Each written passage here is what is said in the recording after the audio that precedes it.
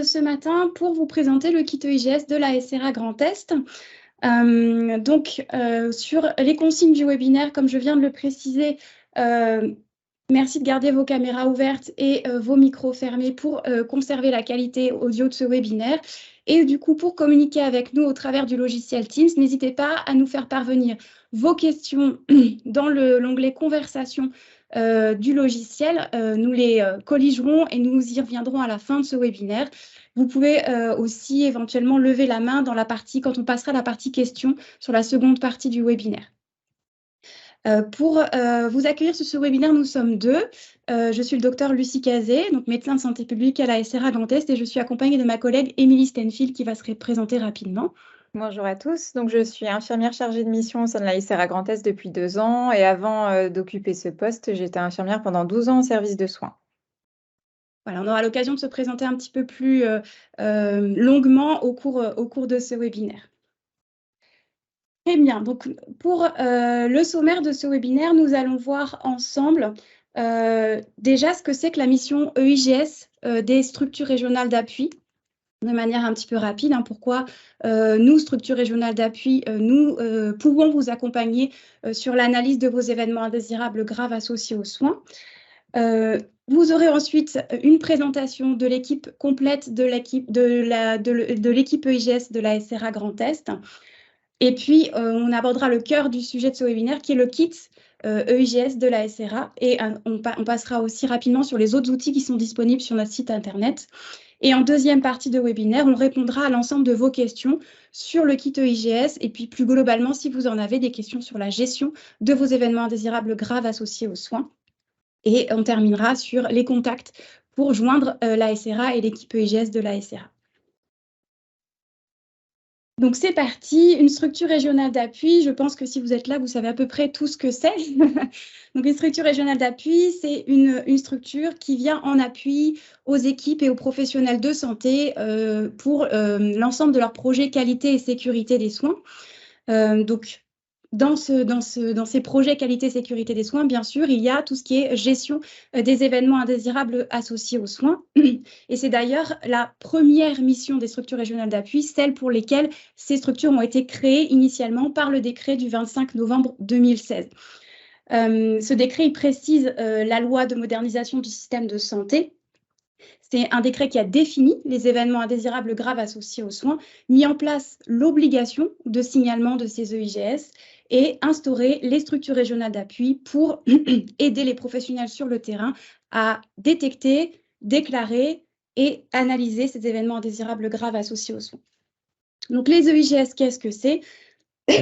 Ce sont des événements à déclaration obligatoire pour tout professionnel de santé qui en est témoin, qu'il exerce dans le secteur sanitaire, dans le secteur médico-social ou en soins de ville.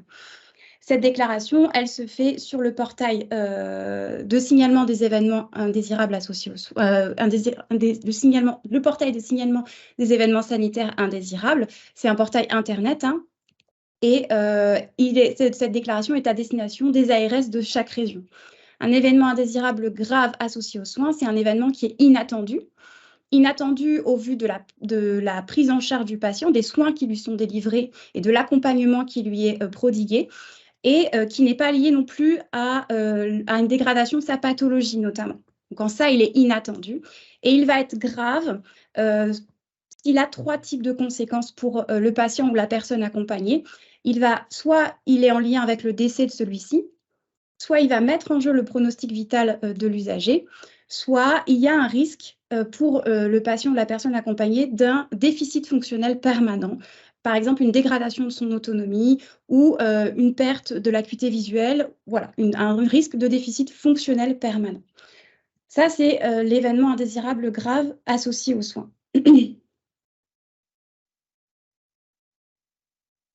Donc, les structures régionales d'appui, il en existe une par grande région de France. Elles ont vraiment pour rôle d'apporter l'expertise et l'appui aux professionnels de santé sur les démarches d'amélioration de la qualité de la sécurisation des prises en charge des patients et des personnes accompagnées. Les SRA, elles ont pour mission d'accompagner les professionnels de santé au signalement et à l'analyse des EIGS principalement. donc du signalement à l'analyse, que vous ayez un doute sur si c'est un événement indésirable, s'il est grave, s'il n'est pas grave, si vous ne savez pas, s'il faut le signaler. Puis ensuite, une fois que vous l'avez signalé, vous ne savez pas trop comment l'analyser. Les SRA sont vraiment à vos côtés dans chacune de ces étapes de gestion des événements indésirables graves associés aux soins pour vous appuyer et vous guider dans cette gestion.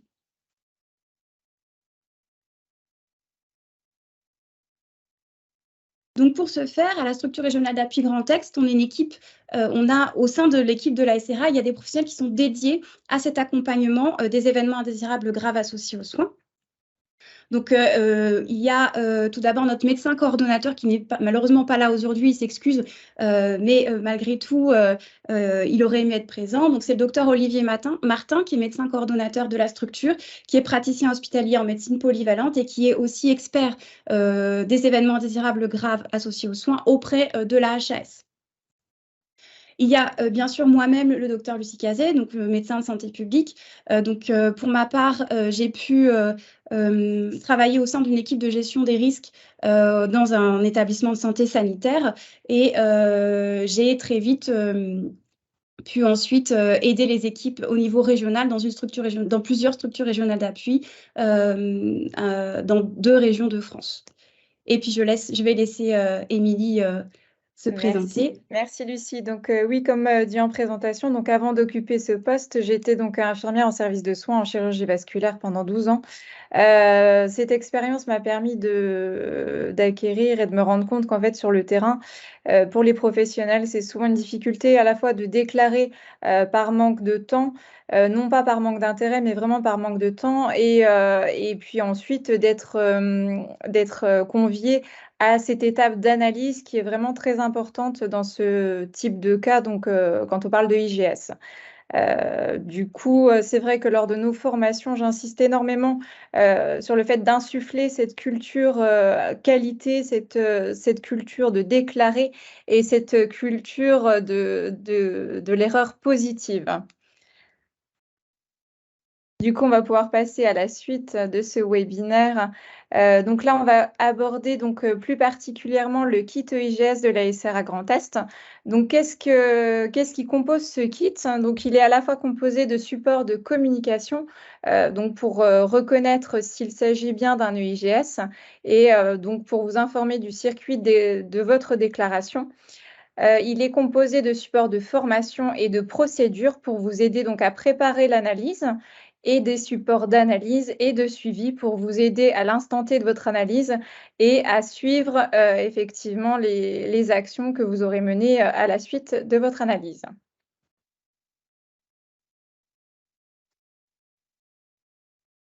Donc, première étape qui est très importante, effectivement, vous allez retrouver donc des supports pour savoir s'il s'agit bien d'un EIGS. Parmi ces documents, vous allez retrouver comment reconnaître un EIGS en 4 questions. C'est vraiment un outil très intéressant à utiliser. À l'intérieur, donc, on se repose des questions essentielles pour déterminer s'il s'agit ou non d'un EIGS, à la fois sur le caractère inattendu, sur le caractère de gravité, donc comme le disait Lucie en présentation, ou sur le caractère d'associé aux soins. C'est souvent quelque chose qui est compliqué quelquefois à déterminer. Et donc, ces 4 questions vont vraiment vous aider. Et puis, si vous avez le moindre doute, comme le disait Lucie, vous pouvez effectivement nous contacter à cette étape-là au moment où vous vous demandez si oui ou non il s'agit d'un EIGS. Vous avez également d'autres documents, donc votre plan de déclaration, le circuit de la déclaration externe d'un EIGS et les étapes d'accompagnement de la SRA Grand Est en cas de EIGS. Deuxième étape, ça va être effectivement de préparer votre analyse. Pour ce faire, vous avez donc des documents qui sont très utiles, la charte d'incitation et de non-sanction à la déclaration d'un EIGS, le livret de bord ainsi que la procédure et le diaporama de notre formation d'une formation qui avait été mise en ligne sur la RMM, une aide pour l'analyse d'un cas et la recherche des causes et analyse de la récupération. La troisième étape, c'est donc de réaliser l'analyse et le suivi. Pour ce faire, vous avez donc une checklist des actions qui sont à réaliser pour mettre en œuvre une RMM et vous allez retrouver une fiche d'analyse des causes profondes qu'on va vous présenter donc, durant ce webinaire très rapidement que vous pourrez retrouver sur notre site internet. Et vous avez également un document qui vous aide à formaliser votre compte-rendu de RMM.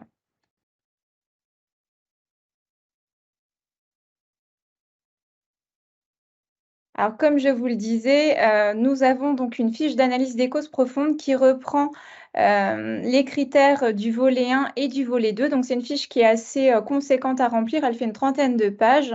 Et vous avez donc un code couleur pour lequel vous allez retrouver à la fois les critères demandés donc, dans le volet 1.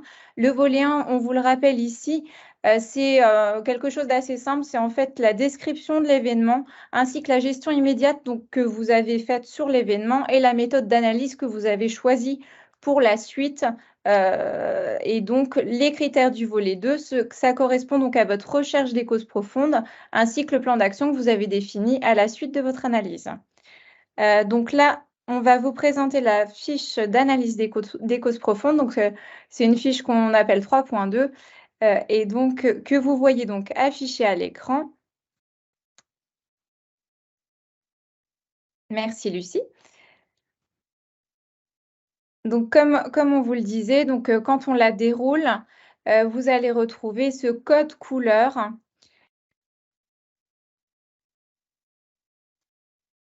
Donc là, vous avez tout l'aspect un petit peu pratique au départ avec vos noms, prénoms, enfin les personnes qui participent à l'analyse. Et donc, ce fameux code couleur donc, qui reprend donc V1 pour volet 1 et V2 pour volet 2. Ce qui fait qu'au moment de votre déclaration sur le portail, vous allez très simplement retrouver les informations essentielles à mettre dans votre déclaration. Donc, vous pouvez retrouver cette petite fiche donc sur le site de la SRA Grand Est. Vous avez la petite mallette outils et donc vous retrouvez le kit EIGS à l'intérieur. Voilà Merci ce que Lucie. vous a présenté Émilie, donc les supports de communication, les supports de formation et les supports d'analyse et de suivi, où vous avez la fameuse fiche d'analyse qui va reprendre l'ensemble des items. Donc ça, c'était le kit EIGS de la SRA Grand Est. Donc, normalement, c'est un kit qui est en accès libre sur le site internet. Que vous soyez adhérent ou pas, vous y avez accès. Vous pouvez télécharger les outils et voilà, les utiliser pour mettre en place vos analyses d'événements indésirables graves associés aux soins. Vous pouvez aussi, bien sûr, nous contacter pour déployer ces outils pour une analyse. Le site internet de la SRA Grand Est, il regorge d'autres outils très utiles pour communiquer ou pour acculturer les professionnels à la déclaration et à l'analyse des événements indésirables associés aux soins. Vous avez des fiches de retour d'expérience. Donc, des fiches de retour d'expérience qui sont issues de récits réels d'accompagnement que nous avons réalisés sur la région, auprès des équipes de la région. Donc, c'est des fiches qui ont pour objectif de partager l'expérience acquise autour de l'analyse de ces EIGS et puis d'apporter des outils complémentaires sur les thématiques qui sont traitées. Et certaines de ces fiches sont, par exemple, faites en collaboration avec d'autres structures régionales de vigilance et d'appui, telles que l'OMEDIT ou le Centre de matériaux vigilance régional, par exemple.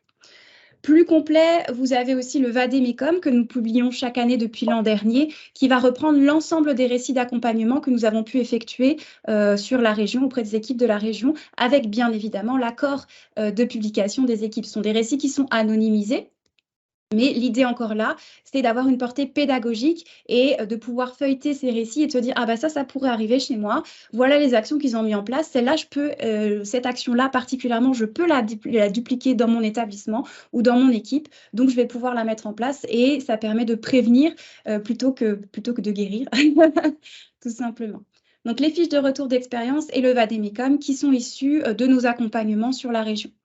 Et puis, à côté de ça, vous avez d'autres outils à viser plus de communication auprès des équipes, auprès des professionnels. Vous avez des mémos, des petites infographies visuelles sur certaines thématiques, notamment distinguer un aléa thérapeutique d'un événement indésirable grave associé aux soins ou CREX, RMM, c'est quoi ces acronymes, c'est quoi leur différence, quand est-ce que j'utilise un CREX, quand est-ce que j'utilise plutôt une RMM. Vous avez aussi des petites bandes dessinées. Donc, vous avez le tome 1 qui parle de la déclaration des EIGS. Puis, très prochainement, vous allez avoir la publication du tome 2 qui parle de l'analyse, du circuit de déclaration et de l'analyse. Et vous avez bien sûr les formations et webinaires tels que celui que l'on partage aujourd'hui autour des événements indésirables graves associés aux soins. Donc c'est pareil pour ces ressources qui sont en accès libre sur le site internet de la SRA Grand Est. Vous allez toujours sur la petite mallette ressources. Donc on arrive sur cette page-là forcément. Vous avez sur cette page donc les ressources de la semaine sécurité patient 2022, puis en dessous toutes les ressources EIGS qu'on vient de citer. Qui sont en accès libre, donc les fiches rétextes, le kit qu'on vient de vous présenter, le Vademecum, les petites infographies et puis tout autre document qui pourrait vous être utile pour l'analyse de vos EIGS. Donc n'hésitez pas à parcourir cette page ressources du site de la SRA Grand Est. Elle est là pour vous. Donc voilà pour cette présentation du kit EIGS et des autres ressources.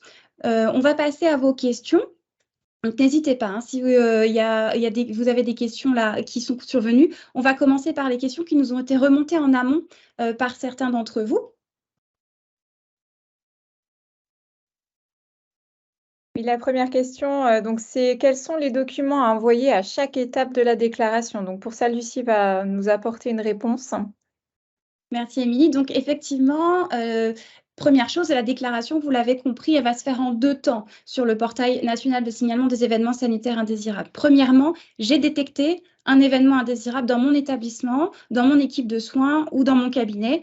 Et je me suis posé les 4 questions, par exemple, dont a parlé Émilie tout à l'heure, et j'ai identifié qu'il s'agissait bien d'un événement indésirable grave associé aux soins et que donc, par voie de conséquence, il faut que je le déclare sur le portail.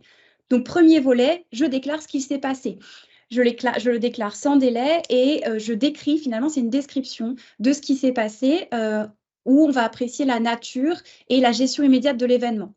Donc, les mesures immédiates que vous avez prises pour l'usager. Cette première déclaration, elle engage le professionnel à analyser l'événement dans les 3 mois. Et c'est ce qu'on va appeler le volet 2. Donc, je mets en place ce qu'on appelle une analyse de cause profonde. Et ce volet 2 va reprendre l'ensemble des items de mon analyse de cause profonde.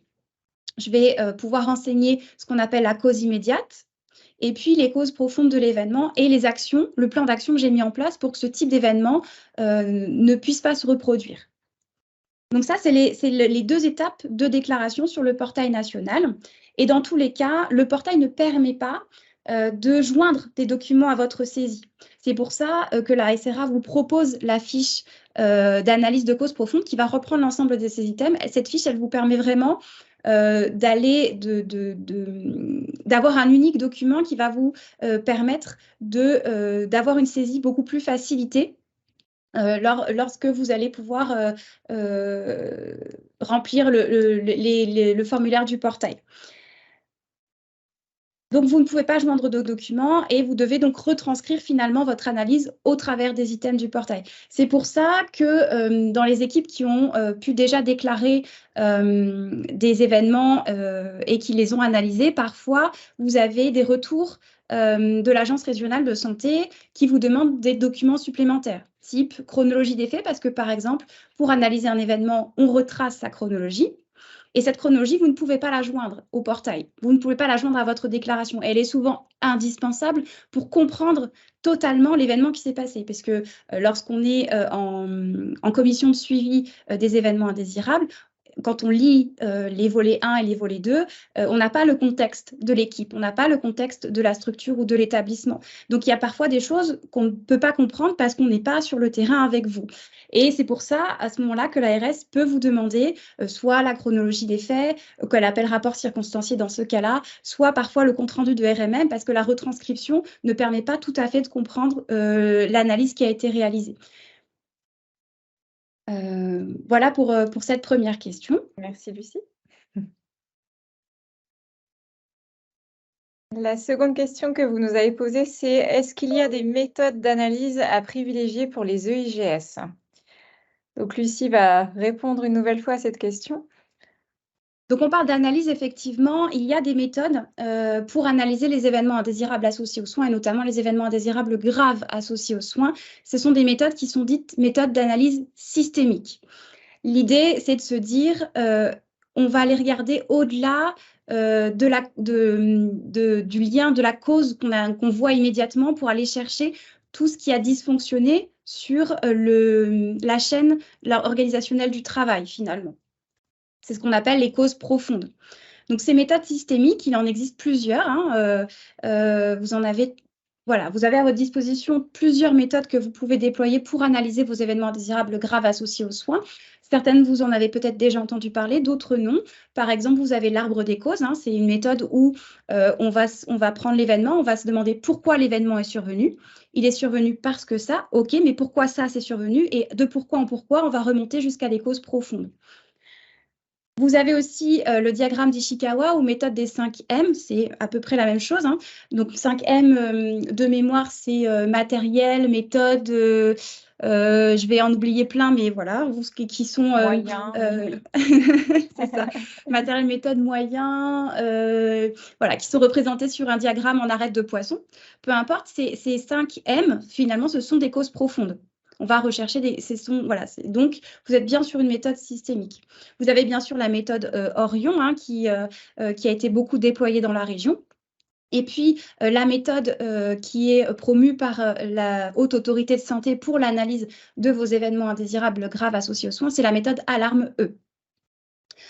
C'est une méthode dont la HAS fait la promotion, mais vous n'êtes pas obligé d'utiliser la méthode Alarme. C'est celle qui va se rapprocher le plus des items du portail. C'est celle qui va être la plus facilitante pour ensuite remplir vos 2 volets de déclaration, mais vous n'êtes absolument pas obligé de les utiliser.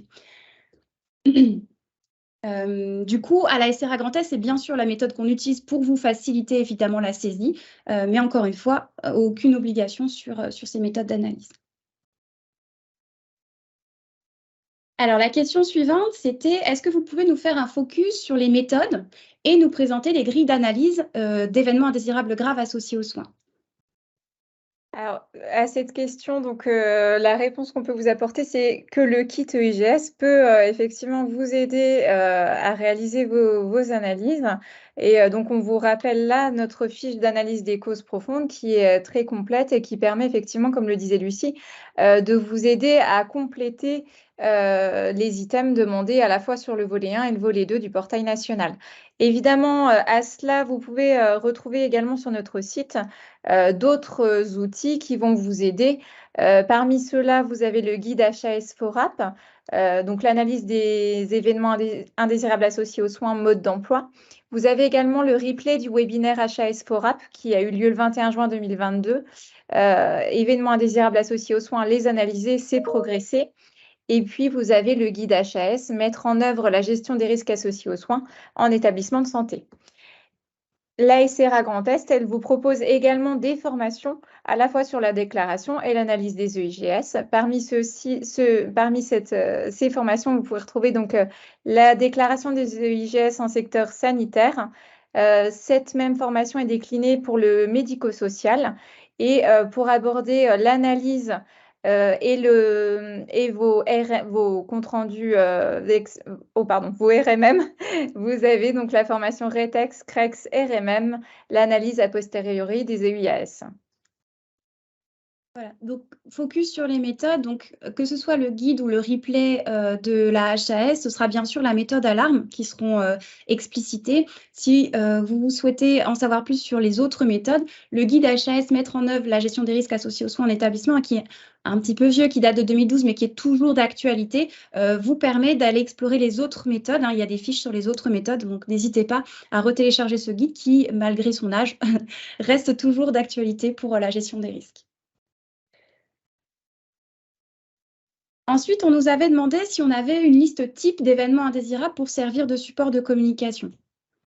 Donc, il n'y a pas de liste type de IAS, mais comme le disait Lucie donc, lors de la présentation des outils, nous mettons à votre disposition donc, nos fiches de retour d'expérience qui sont publiées donc, tous les mois, que ce soit donc, sous la forme que vous voyez à l'écran ou sous une autre forme donc, qu'on va vous présenter juste après, qui est la facilitation graphique.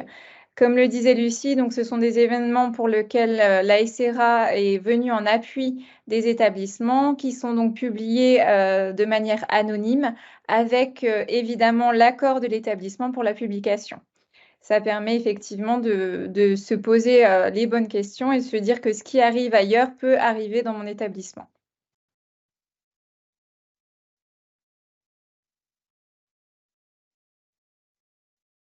Une dernière question que vous nous avez posée, c'est oh pardon, non, je suis passée trop loin.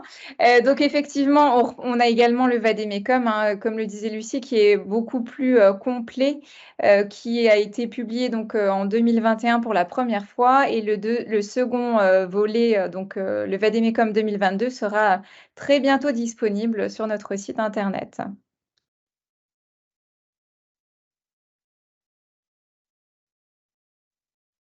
Une dernière question, c'était comment intégrer la notion de presque accident dans vos analyses d'événements indésirables graves associés aux soins.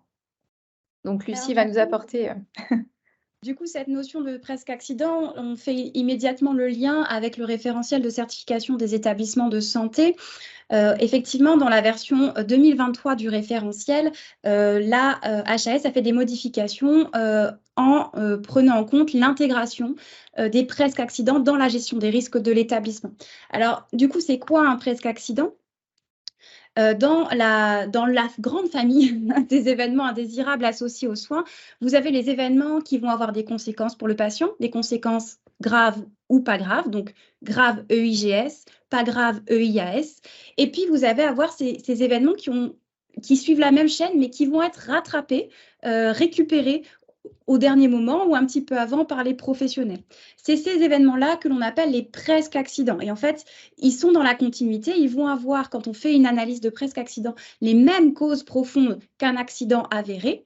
Mais du coup, c'est des choses auxquelles on pense, moi, en tant que professionnel de santé, parce qu'on a rattrapé l'événement, on se dit, ouf, ça y est, et puis on ne va pas nécessairement penser à le déclarer en tant qu'événement indésirable associé aux soins. Et pourtant, c'est extrêmement intéressant de déclarer ces situations parce que, elles ont les mêmes causes profondes qu'un accident avéré. Donc, analyser un presque accident va permettre de mettre en place des actions de prévention avant qu'un incident réel n'arrive. Donc, sécuriser en amont la prise en charge du patient. Et en plus, analyser un presque accident est souvent plus facile pour les professionnels parce qu'on va valoriser leur attitude de récupération, finalement, valoriser le fait qu'ils aient eu une attitude sécuritaire vis-à-vis de cet événement, et on n'aura pas la charge émotionnelle de l'impact pour le patient, finalement. Donc, ces événements, ils sont extrêmement intéressants. Dans le secteur sanitaire, on les connaît sous l'appellation événements porteurs de risque, notamment, parce que pour certaines spécialités médicales qui peuvent passer une accréditation, ils doivent déclarer des EPR, des événements porteurs de risque. Donc, c'est une notion dans le secteur sanitaire qu'on a déjà. Mais voilà, ça reste quelque chose à développer. Notamment quand on démarre une RMM, quand on démarre un CREX ou quand on démarre une réunion d'analyse, il est souvent plus facile de démarrer avec un événement qu'on a récupéré, puisqu'on n'est pas, on n'est pas encore dans cette notion d'erreur, on n'est pas encore dans cette notion de culpabilité, et on est plutôt dans une notion de valorisation de l'attitude sécuritaire des professionnels. Donc, c'est des événements qui sont intéressants donc, à détecter et à déclarer sur votre système de déclaration pour pouvoir les analyser et agir en amont avant que l'accident ne survienne et n'ait une conséquence, un impact pour le patient. Et du coup, dans le cadre du nouveau référentiel de certification des établissements de santé, c'est une notion que vont rechercher les experts visiteurs auprès de vos professionnels sur le terrain. Voilà, donc c'était la dernière question que vous nous aviez fait remonter en amont de ce webinaire. On va pouvoir passer à la suite s'il n'y a pas d'autres questions. Alors du coup, on vous parle du kit, on vous parle de l'équipe EIGS, mais comment contacter la SRA Grand Est? Donc vous avez évidemment un mail et un formulaire de contact sur notre site internet, hein, donc contact@sragrandest.org. Vous avez un numéro de téléphone. Et dans le cadre spécifiquement de la gestion de vos événements indésirables graves associés aux soins, vous avez 3 moyens de contacter l'équipe EIGS. Premièrement, par le site internet via notre formulaire de contact. On se fera un plaisir de vous répondre. Par exemple, si vous avez une question avant déclaration, notamment, vous n'êtes pas sûr que l'événement que vous avez sous les yeux est un EIGS et que vous devez le déclarer sur le portail. Donc, n'hésitez pas à nous envoyer un mail pour qu'on puisse réfléchir ensemble sur la qualification de cet événement. Vous pouvez bien sûr nous envoyer un mail direct, nous appeler ou nous envoyer un mail direct sans passer par le formulaire de contact du site. Et lorsque vous faites votre déclaration sur le portail national, à la fin du volet 1, vous avez une petite case qui vous demande est-ce que vous avez besoin d'une expertise externe pour réaliser l'analyse de votre événement indésirable grave associé aux soins.